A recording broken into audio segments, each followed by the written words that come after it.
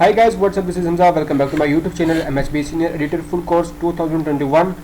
Lecture number 17. My topic today is what is appreciation and depreciation.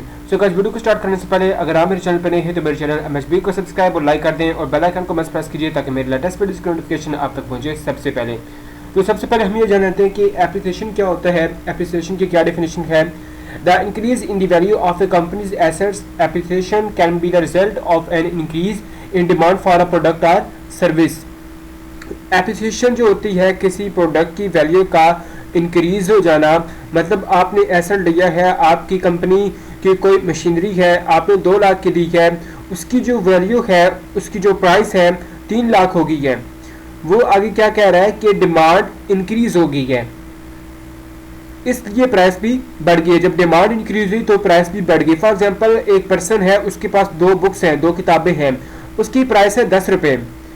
उस time 2 बंदे थे लेने वाले और बुक की प्राइस क्या थी 10 रुपये। जब उसने देखा कि लेने वाले 50 आ गए हैं तो किताबें 2 हैं, उसने कहा कि यार ये तो इतने ज़्यादा लोग हैं तो कोई तो इसे पे करेगा, कोई तो इसको खरीदेगा, तो मैं 100 इसकी कीमत कर देता हूँ इस किताब की। तो उसने 10 से किताब की कीमत 100 कर दी। अब क्या हुआ, बुक की प्राइस जो है वो क्या होगी, बढ़ गई। क्यों बढ़ी? इसकी डिमांड भी बढ़ गई। ठीक है, बुक की प्राइस बढ़ी तो डिमांड भी बढ़ गई, खरीदने वाले भी ज्यादा हो गए। किसी भी प्रोडक्ट और सर्विसेज की वैल्यू में इजाफा हो जाना, इंक्रीज हो जाना, उसकी वैल्यू इसको हम कहते हैं, उसकी वैल्यू का इंक्रीज हो जाना उसको हम कहते हैं एप्रिसिएशन। उस प्रोडक्ट और सर्विस की वैल्यू क्यों इंक्रीज हुई? क्योंकि उसकी डिमांड बढ़ गई थी, डिमांड के बढ़ने से भी प्राइस इंक्रीज हो गई, तो उसे हम एप्रिसिएशन कहते हैं। डेफिनेशन ऑफ डेप्रिसिएशन, डेप्रिसिएशन क्या होता है? The decrease in the value of products और services a company offers. Depreciation can be due to a high supply of similar products और services offered by competitors. The verb form is to depreciate. कोई भी जो product, कोई भी service जो company खुद खरीदे या कंपनी किसी को ऑफर करे, मार्केट में उसकी वैल्यू का कम हो जाना, उसको हम कहते हैं डेप्रिसिएशन।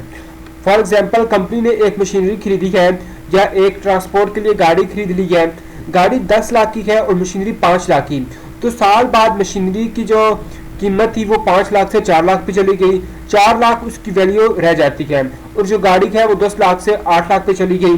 तो ये जो 2 लाख का गैप आया है दरमियान में और मशीनरी का 1 लाख का, ये हमारी है डेप्रिसिएशन, क्योंकि वैल्यू कम हुई। अब आप सोच रहे होंगे वैल्यू क्यों कम हुई?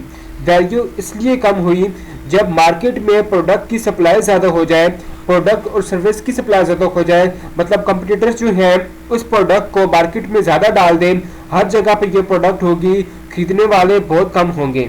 ठीक है, प्रोडक्ट की सप्लाई ज़्यादा हो जाएगी और खरीदने वाले कम हो जाएंगे। तो यहाँ जो आपने चीज़ खरीदी है वो मार्केट में उसकी नई वेरिएंट आ गई है, गाड़ियाँ नई किस्म की आ गई हैं, सस्ती आ गई हैं, तो आपकी जो प्रोडक्ट है, आपकी जो गाड़ी का है, जो आपकी मशीनरी है, जो आपने फॉर एग्जांपल मार्केट में प्रोडक्शन करके मार्केट में कोई चीज़ सेल करने के लिए, कोई पेन या कोई मोबाइल मार्केट में सेल किया है, तो उसकी जो वैल्यू है, तो उसकी जो वैल्यू होगी वो क्या होगी, कम हो जाएगी, क्योंकि मार्केट में सप्लाई बहुत ज़्यादा है, खरीदने वाले लिमिटेड है, सेल करने वाले बहुत ज़्यादा हैं।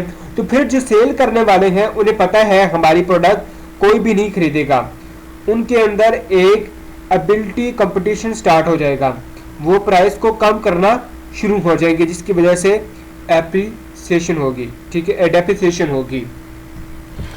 आई होप आपका इसको कॉन्सेप्ट एप्रिसिएशन और डेप्रिसिएशन का इसी वे में मैंने आपको एग्जांपल के साथ समझा दिया, आपको समझ में आ गया होगा। मिलते हैं नेक्स्ट वीडियो में, तब तक के लिए अपने ख्याल रखिएगा और हमें दीजिए इजाज़त। और हमारे चैनल MHB को सब्सक्राइब और लाइक कर दें और बेल आइकन को मस्ट हिट करें ताकि जब भी मैं कोई न्यू वीडियो अपलोड करूं तो उसका नोटिफिकेशन आप तक पहुंचे सबसे पहले। थैंक यू गाइस, अल्लाह हाफिज़।